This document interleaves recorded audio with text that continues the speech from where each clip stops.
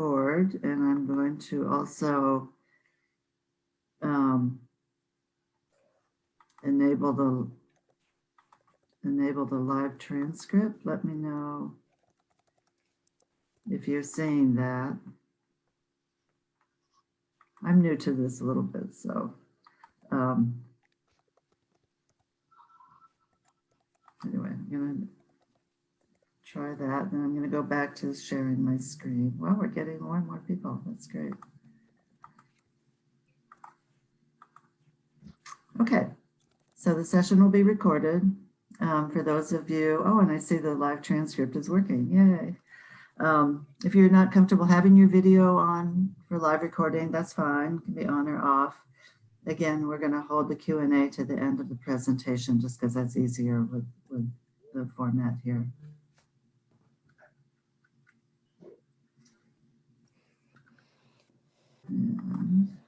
Okay.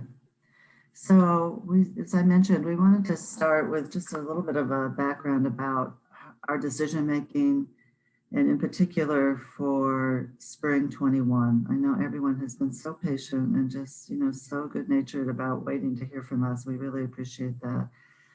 And we've really been working hard grappling with, what is the risk of this pandemic when its reach is across the entire globe, and we have to really look carefully at each location. Back in June, we formed a group called the Study Abroad Risk Assessment Advisory Group, and we have been meeting almost every week. There were some gaps in the summer due to vacations and leaves, but certainly since late August, we've been meeting every week, and our charge is really to determine what the critical risk factors and necessary pandemic safety precautions are in order to approve study abroad. So we've been working through that in a sort of step-by-step basis. And I want to go over a little bit of our guiding principles, because that's something that we've really grappled with, when we get caught up in the minutia of, oh my God, what does this metric mean? And what does that metric mean? And, do we really follow the CDC, or should we follow the World Health Organization guidelines, et cetera, et cetera? But we have to keep coming back to, first and foremost, your safety and welfare, and really of our whole community.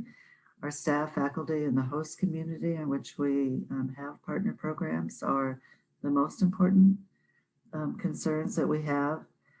And then we also want to make sure that we have, if we approve a program, that it really is an excellent academic program, that their efforts to try to just say, well, we can just do something isn't enough. We need to know that if we approve study abroad in a location, that even if the program has to pivot to remote instruction, it will deliver a really solid academic program. Another question we've asked over and over in all of our deliberations is whether the cultural immersion and intercultural learning objectives of study abroad are going to be possible in certain locations where we might see really rigid restrictions around around mobility in the COVID pandemic. And Lisa will talk about that a little bit more in terms of some of the scenarios we've considered.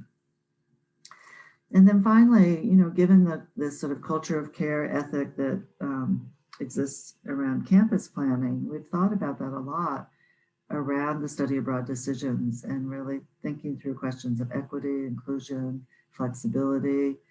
And one thing I can say that I'm really proud of being at Smith and doing this work is that our Dean of the College, Dean Taylor, and also President McCartney have felt comfortable saying, we're not going to do an on and off switch necessarily. Like, take the time to really consider each location and look at the local program and global health metrics as you make this decision. So there's a handful of other liberal arts colleges similar to ours that have been doing that also. So that's been good to kind of be in company of other colleagues that have been going through the same process. So what are some of the actual criteria we looked at? One, we considered whether there would be significant delays in passport and visa processing.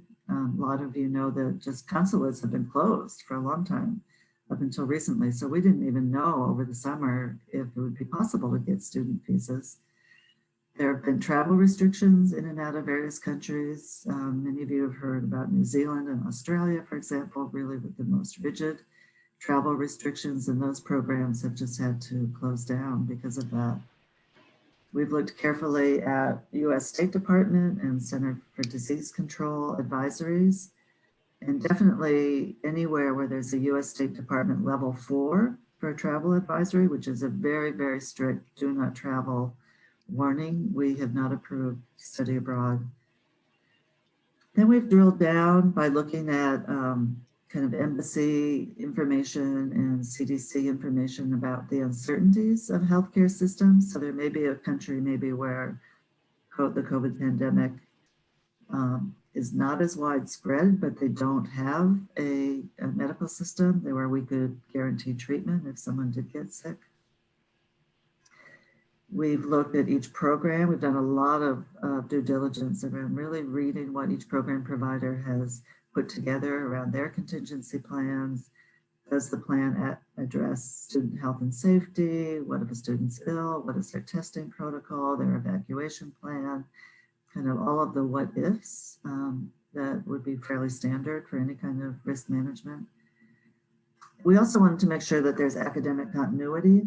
We were very fortunate last March when we had to evacuate all of our study abroad programs, that literally in every single program, there was an ability to continue the learning through remote learning, which just is a statement of how this pandemic has affected every country, everywhere, and all the universities around the world are dealing with the same problems we're dealing with here.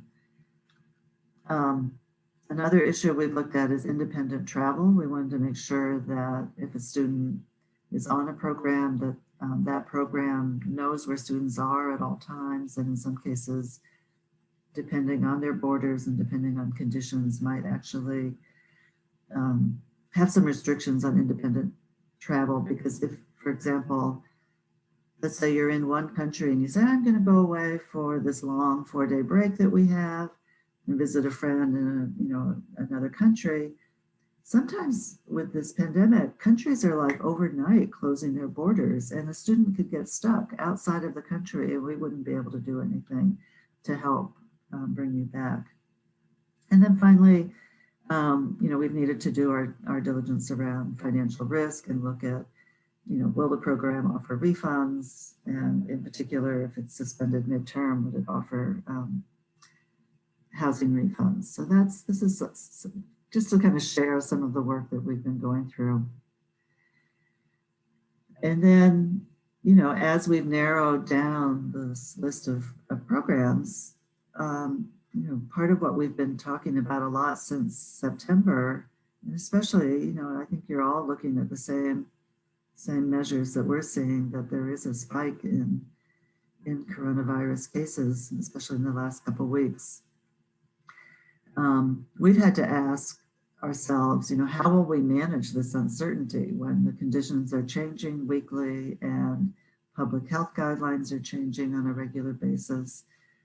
Just recently, France has announced a lockdown, and Germany will be doing something soon. So we've had to stay on top of all of that. We've asked questions about what would happen if local courses are scheduled to start remotely, but then switch to remote instruction, and it ends up that the whole semester is delivered remotely, but you're still, what if you're still at home because the classes started remotely before you could arrive? What would that mean for the experience? One question that has been asked a lot is, what if the local public health guidelines are really different than what we do here in this country, in the US, or on the Smith campus?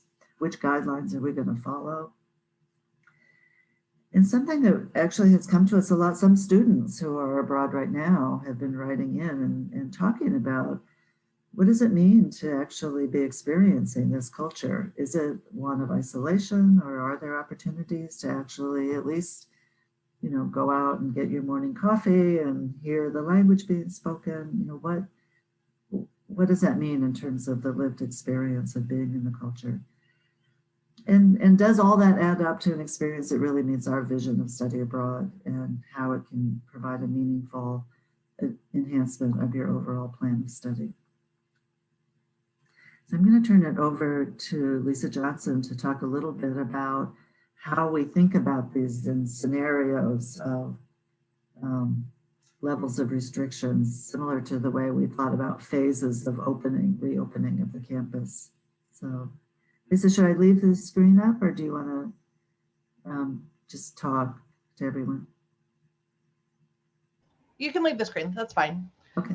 So as Dean Hovey has mentioned, and I'm sure a lot of people have been exposed to scenario planning in one format or another, what we have been doing is thinking about what would different scenarios look like in the study abroad context. And we basically came up with 3 scenarios that probably are not looking all that much different than scenarios that are being considered here in the US, perhaps in city for students who are in the US, what their own cities are doing with regards to trying to contain the virus, or even cities abroad. So some of the things we're thinking about in terms of the study abroad experience and the, some of the things that Dean Hovey mentioned in the previous slide, what would it look like and what sort of study abroad experience would a student have if they arrive to their study abroad destination with scenario 1, where there's very, very tight restrictions. There's a 14-day quarantine where the students are basically spending the bulk of their time in their room, where meals are delivered to them, and there's very little, if any, interpersonal interaction. Students would be receiving their instruction and likely arrival orientation and activities and stuff via remote teaching and learning. And then there's, in some scenarios, there could be a curfew and no independent travel, like what Dean Hovey recommended. The second scenario is a little bit more flexible, where there might be a moderate opening to the movement of people in or around a host city. There's flexible quarantining options and potential for people who can prove that they've had a negative COVID test within a certain period of time before arriving into the country, that they may not have to quarantine. Offering multimodal instruction. So in as much as opportunities to have or take classes in person, that there's also the availability to have that receive that same instruction remotely as well. And then there could be some limits to mobility. Maybe you have to stay within the country, the host country, and you can't go to a neighboring country or someone of that nature. And then the final scenario is what we're calling the new normal. I think we're pretty certain that COVID's not going to go away anytime soon. So we have to figure out how to live with COVID in a safe way and to try to ensure that as few people as possible are infected by the virus. So scenario 3 would be, again, similar to scenario 2 in terms of quarantine, maybe fewer restrictions in terms of what the entry requirements into the country may involve. Also multimodal instruction, similar to scenario 2. And then some independent travel would be allowed by the program, depending on location and destination and probably length of time. So we're using this in as much as trying to envision what it could look like, as well as like what Dean Hovey mentioned.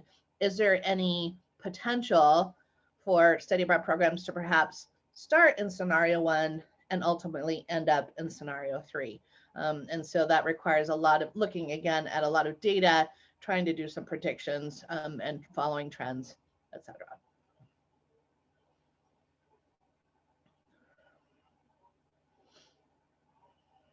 You're on mute, Rebecca. Thank you. Yeah, so many of you may be asking, what is the process? When am I going to know? How is this going to be decided? So basically, given the charge for this committee called SARAG, we will be making recommendations to the Dean of the College. She shares it with the President and her cabinet, and final decisions are made by the President. In September, we had made recommendations that there were 18 countries that we felt at that time um, seemed to meet the criteria for running. That represented 30 programs. And those of you who got a conditional approval letter at the time were in that group. There was another 7 countries with 14 programs that we still needed to gather more information about. And there are 24 countries, actually 44 programs that we sent suspension notices on because the programs just weren't running, there were travel restrictions, or the pandemic preparedness was inadequate based on our criteria. I've described already, what we've been doing most of October in terms of monitoring global health metrics and figuring out whether we can continue to responsibly recommend certain programs. So we're very close to announcing our next round of decisions. SARAG will meet tomorrow morning. And by this weekend, we will be sending out new announcements. And then even for those programs that will have a conditional approval ongoing, we are still monitoring them on a site-by-site basis. And if there's a sudden spike that happens, over November, December, we may have to still pull approval of the program. And of course, just because of the conditions and so much uncertainty, there's also a possibility that President McCartney and the cabinet may decide in the end that for a range of reasons, study abroad would be suspended overall. So that's really where we are right now. I know it may not give you the answers that you're wanting, but we wanted to go through this whole process, and you will be hearing from us in the next couple of days. Some of you may have questions about exactly what are the metrics now that we are in the ongoing monitoring phase, because we've really pretty much determined that, all of the important criteria around academic quality and cultural immersion quality, are met. At this point, we're really monitoring the global health conditions. So we look at test positivity rates. We look at the number of new cases when we use a 7-day rolling average figure. So it's not just the total cases in a country, but how is that evolving on a day-to-day basis, both in raw numbers and in the rate per 100,000? And is that trend going up or down? So is there a declining rate, which would be a good sign, or does it look like it's still on the increase? So I'm going to hand it back to Dean Johnson to answer some of the frequently asked questions. Yeah, so as we mentioned at the beginning of the presentation, we will have shortly after this section open Q&A, but we know that there's a lot of questions that are almost all of you have. So we thought we would answer those first, and then we can take individual questions. So one of the questions that's been coming in is whether or not students will be reimbursed for their program costs if their program is suspended. And the breakdown is your visa fees. If you're required to pay for a visa fee, the college will reimburse you for that. Most program deposits should be refundable, as Dean Hubby said, was one of the criteria that we were looking at in terms of programs being as flexible as possible with regards to that. And then airfare at this point would not be reimbursed. We highly recommend, if you're wanting to purchase airfare, that you make sure that it has very low cancellation fee, and so that you're not out that money at this point. Should students apply for their visa? I would say, again, wait till you hear from us by this weekend, because that will give you some indication on how and what steps you need to take to move forward.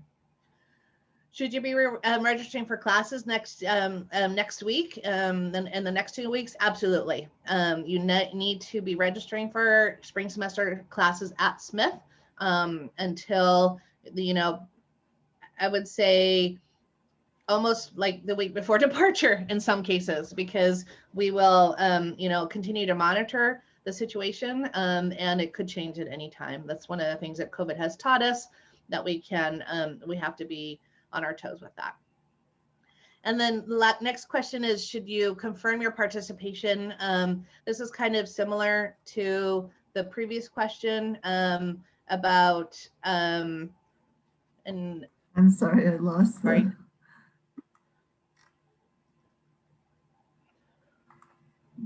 I apologize for that.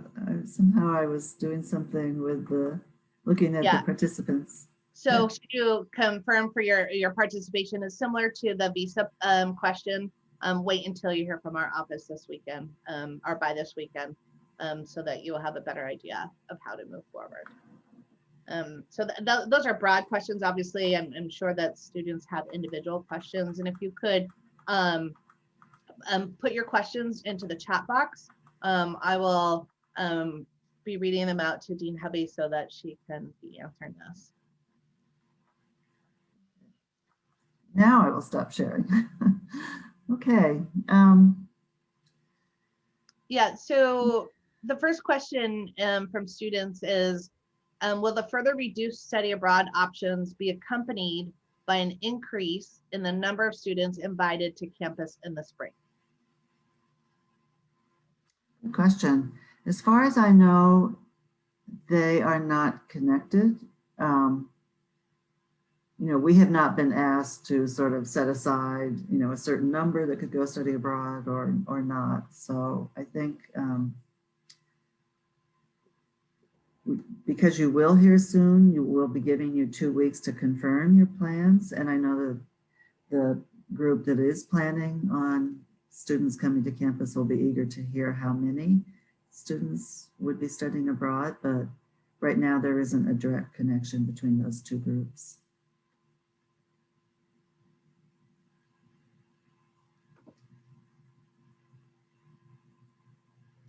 Any other questions? I can, before taking another question, I can let people know though, I think that the housing draw or allocation is going to happen in early December after President McCartney makes a decision about spring. And even for students who do hear that they're approved and do confirm that they want to go abroad, we still want you to participate in housing allocation, because again, we just don't know, right up until the last minute, there could be a change. So we want to make sure you have a backup plan. So the next question is from a student. I'm a junior and I'm considering going abroad my entire senior year if I can't go this spring. Would the college be willing to offer that as an option and make arrangements so that I can still graduate on time?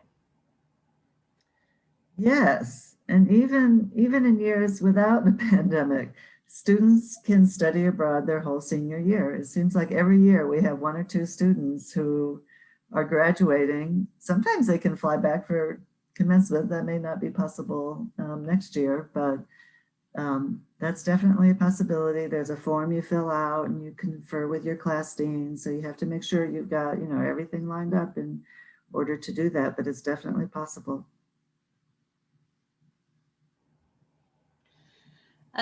Next question. When will we have to make a decision as to whether or not we will study abroad if our program ultimately is approved? Will we have the option to choose not to go if conditions change over the winter, but Smith's decision hasn't changed? Yes, that's a great question.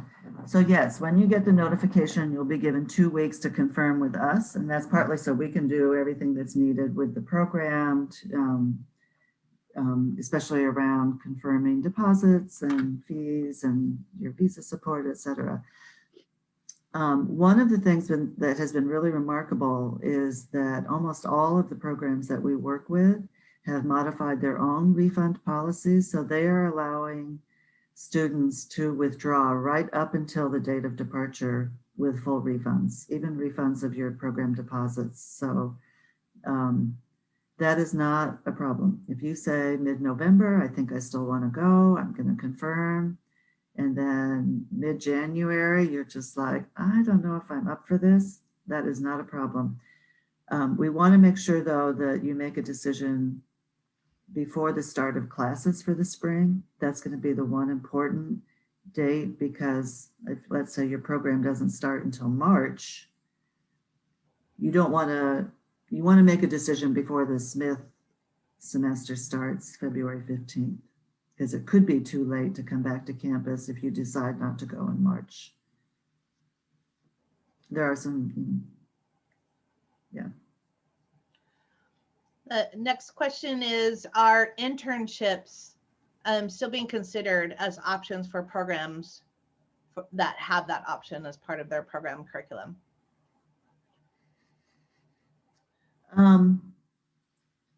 To the extent that internships can be done safely, that might involve remote internships. I think that it could be possible.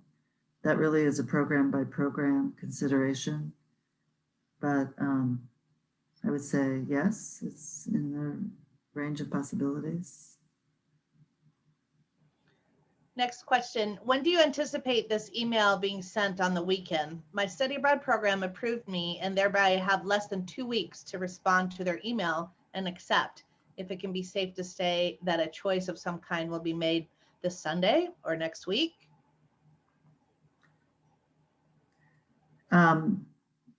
Our goal is to get these out by late afternoon tomorrow, Friday.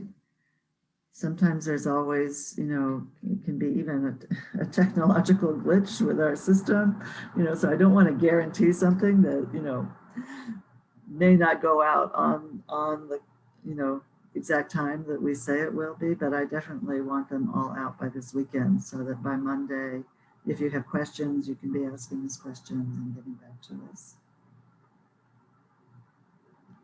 Next question. If my program got suspended and I wanted to go next year, do I need to apply again? You need to apply to us again because the way the application system is set up, and Lisa can answer this a little bit better than I can, you're actually registered for a specific semester or term. So we would need to get you into the new term. Whether you need to apply to the specific program is going to be on a program by program basis. For example, SIT might say, oh, don't worry, we'll just automatically roll you into the next group. Others may say you need to send in a new application, so that you'd have to check with the specific program. But for us, you would go into sites and you would reapply, and we would need an updated plan of study. And Lisa, what else would they need? They need a new transcript and kind of all the basic updated information. Yeah. I would just add to that too, specifically for the Smith programs in Hamburg, Geneva, Florence, and Paris. You would need to apply again because it'll be a new group of students as well. And there will be a new selection committee looking at all of the applicants as a total. With that said, for the students on the Smith programs abroad, you would likely be given priority for a spot on the program. I can't guarantee it, again, because we don't know what the pool is going to look like and there'll be a new selection committee. But your application will be duly noted in terms of having not been able to go abroad for spring 2021. And something important to know for Paris, because it is a year-long program, we've consulted with the French department and the Committee on Study Abroad, and they've approved that students who are unable to go this year could go next year for a single semester. So that was a change. We're really grateful that the French department worked with us on making that possible. Next question, will there be a separate decision-making process for summer 2021? Yes, so the decisions about the summer are really campus-wide international travel decisions. So that would apply not just to study abroad, but international experience grants, Praxis, any other college-sponsored travel. We haven't started having those conversations yet, but I imagine we'll need to start having them soon. Certainly, at least for January, it's the general travel ban is in place. So we need to know by March probably so that people can make plans. Next question. If classes abroad move to remote instruction during the semester, will I be able to stay abroad and take classes online there, or will I have to leave? A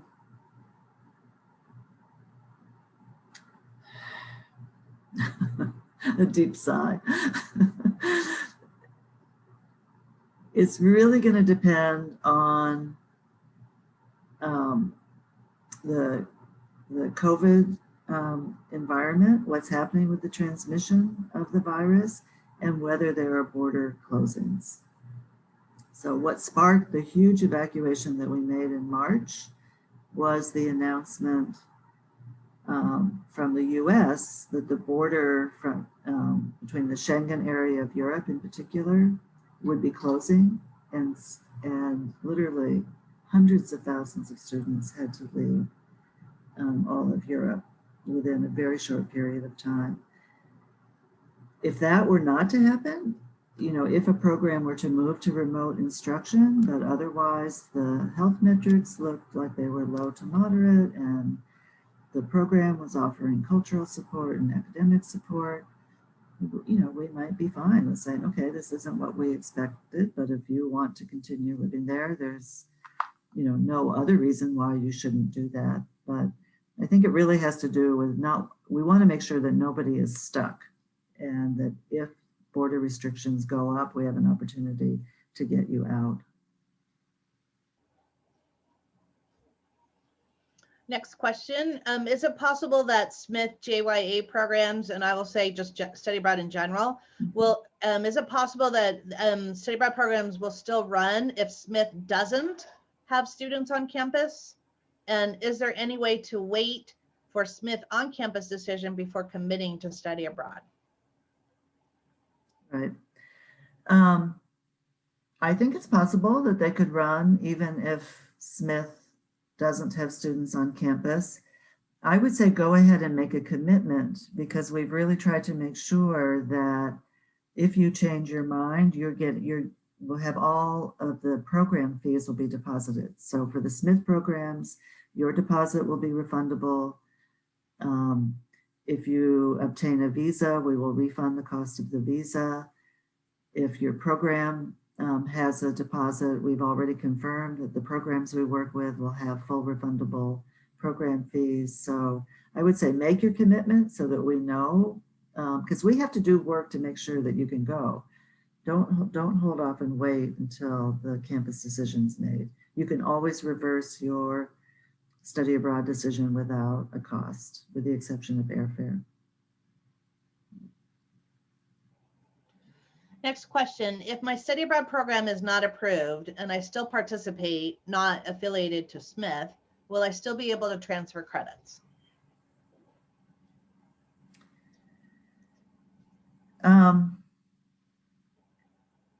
One of the things we're working out right now is whether we will make an exception to the transfer of credits taken on a personal leave.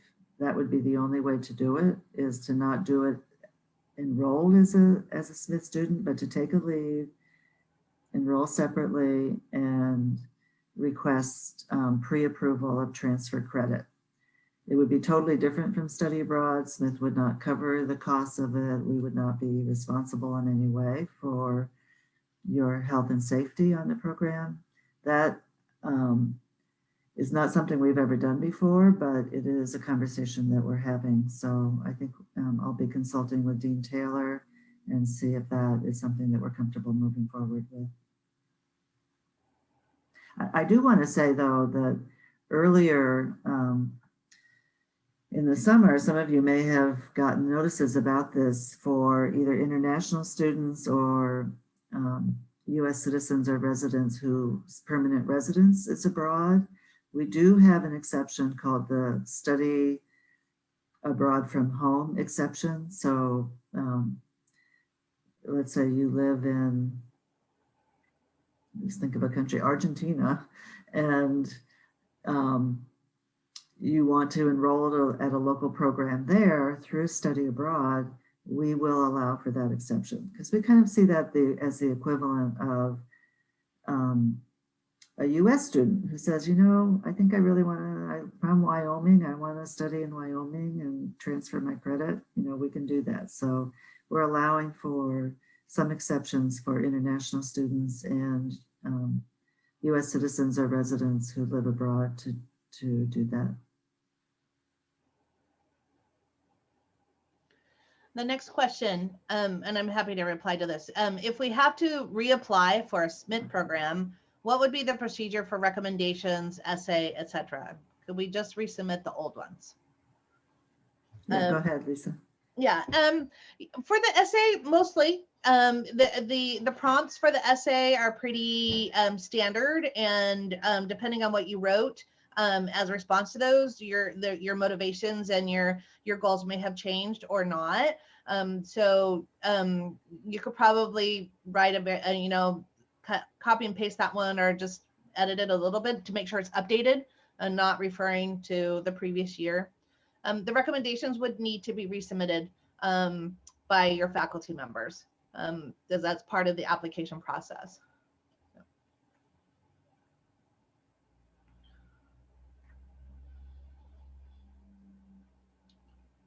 That's all the questions that are in the chat box. I don't know if anybody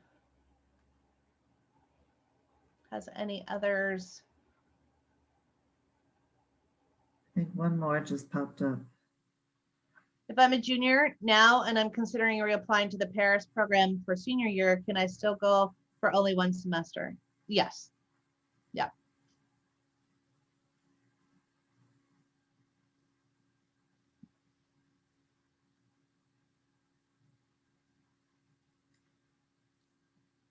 I think I'm just going to jump in here real quick. One of the things we were hoping with this town hall is, you know, just provide you an opportunity, as Dean Hovey said, to share our process, you know, and making sure that you're understanding the criteria that we're looking at, and knowing that, you know, the utmost goal is to keep students safe and healthy. We also wanted it to be an opportunity for you to think about your study abroad experience, and particularly with respect to those 3 scenarios that I described, and, you know, ask yourself, are these the conditions under which you want to study abroad, and stuff. And it's okay to say no. It's okay to say, yes, I still want to move forward until someone tells me I can't. But I think that it's important to do some of that reflection, and perhaps have conversations with people who are close to you or family members, you know, to make sure that you're on board with us, because it will look extremely different from the way you had envisioned it a year ago when you were applying for approval. So.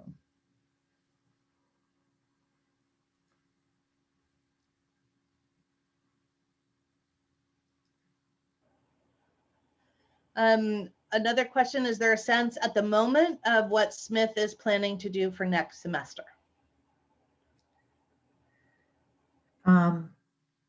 Does this question, is it specific to study abroad or in general about the campus and how many students are coming back and which students might be coming back? I don't know. In general. Okay. I know that in the last couple of days, there was a presentation on the part of President McCartney and her team to staff, and another one to faculty, about the campus planning process. She seemed to feel fairly optimistic that some students would come back, not all students. And they're trying to determine really what the capacity is of the campus, and then which cohorts would be coming back, but I don't have any more information than that. I'm not on that committee. I have enough trying to figure out the rest of the world. Yeah, I know everyone's waiting to hear. It's just, gosh, life in the days of the pandemic. We're all going to be really very resilient after all this. I'm curious, I'm just going to throw this out there, you know, as we've been grappling with these sort of questions, I keep giving this example in the committees that they're tired of hearing it of, I would love to be, just wherever, in Prague, going down for my coffee, walking the streets, visually being surrounded by another culture, even if I have to go back to my room and study remotely. And other people would say, what? You gotta be kidding. That's not study abroad. Or people are anywhere in between. And I'm curious, just throwing that question out to you, how you feel about that. Where would you land on? Is it enough just to have the smells and the feel and the sound of the language and the different,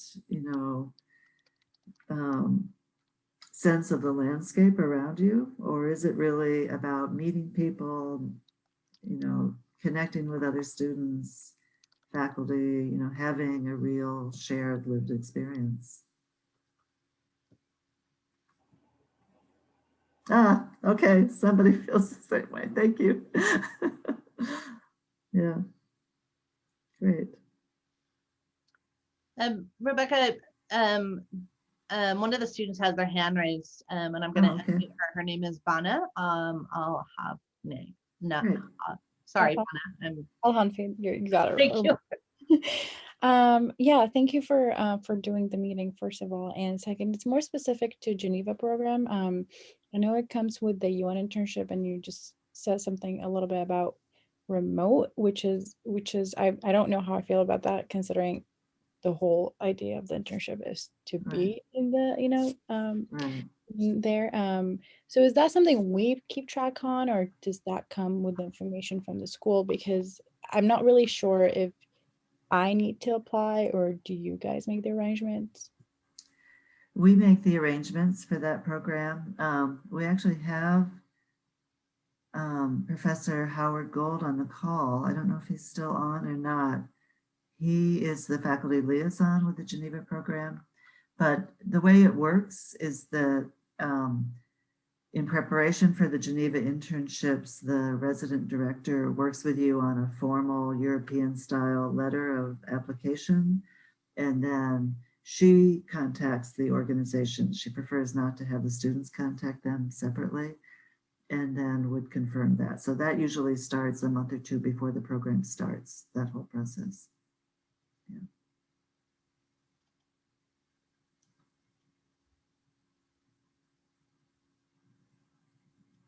I'm sorry, does that apply to the BAMA program as well? I'm asking for a friend who's not here. No, For the the BAMA program is a different, totally different experience, and that goes through the Graduate Institute, not through our program office. Yeah. Tish, you should reach out to Howard Gold with questions about that. He was on this session a little bit ago, but it looks like he had to jump off. But he's more than happy to answer questions and stuff. So feel free to reach out to him. Howard Gold, and he's in the government department. He's actually my professor, and he still doesn't know anything. So. Oh, okay. He did give he may not know about the internships, but about the BAMA. In fact, he just gave Tish, were you in the info session about that recently? Okay. So that is on for next year still. And we actually talked to some students who were finishing the fifth year MA part of that, and they were, they were doing well. They were doing well. Yeah, go ahead, Lisa. I was just going to say, to add to those along that line, and another question I'm getting quite frequently is, what about fall 2021 and beyond? And while, again, we can't guarantee that we'll be able to approve everybody to study abroad during fall 2021, I'm optimistic and hopeful that the situation with the virus worldwide will have improved by then, so that we are, in a better place to be able to send students abroad. It's one of the things that we've learned with the COVID virus is its unpredictability. And how do we try to make sure that we understand everything that's going on with the virus in order to be able to understand how to stay safe from the virus. So I would like to think that as more time goes on, the more we'll be able to learn from that, and then make adjustments accordingly so that we can resume international travel.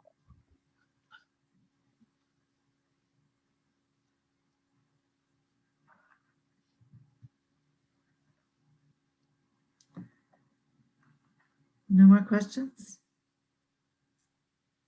How are all of you doing, just in general? How's fall 2020 treating you and your courses and your wherever you're living and wherever you are? You're all over the world right now, I imagine. Anybody want to share? Surviving? Okay. Yeah. Definitely an experience. Better than expected. Good. Okay.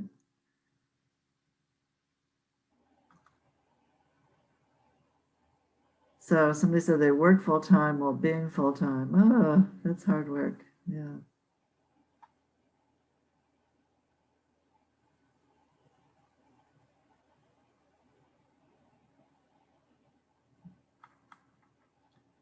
Can we, how many of you, let's see, where I am right now, it's actually just after 12 o'clock. I'm in the Midwest.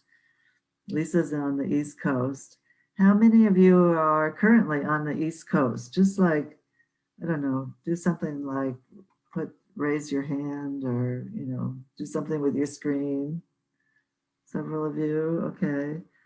How many of you are like on the complete opposite time zone, like it's midnight there?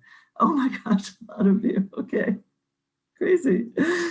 And how many of you is it morning time? Have you just had your first cup of tea or coffee? Okay, we got some early morning people here. And how many of you have already had dinner and you're like, curling up on the couch to read or watch a show after dinner? Any? No, not so many. Okay.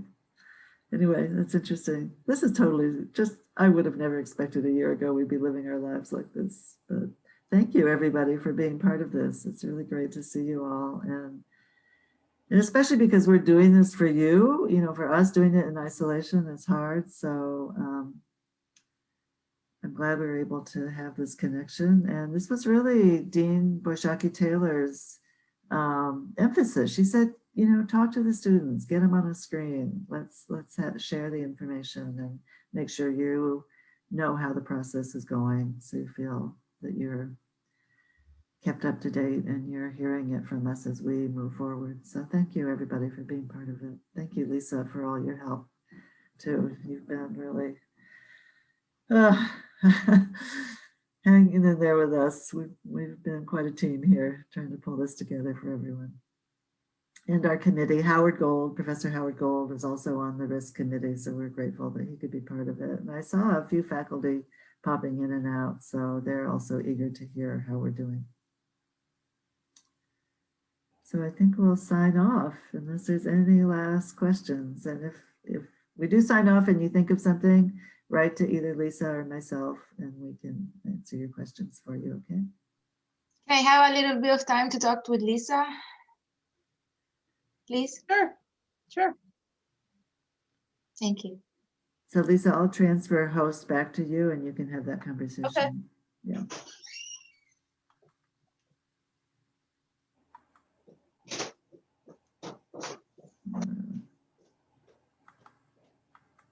Actually, it won't let me transfer the host back. How do I do that? Oh, make you a host. Okay. Okay, I'm going to sign out. Thank you, Lisa. Bye, Veronica. Bye, Rebecca. Thank you. Bye.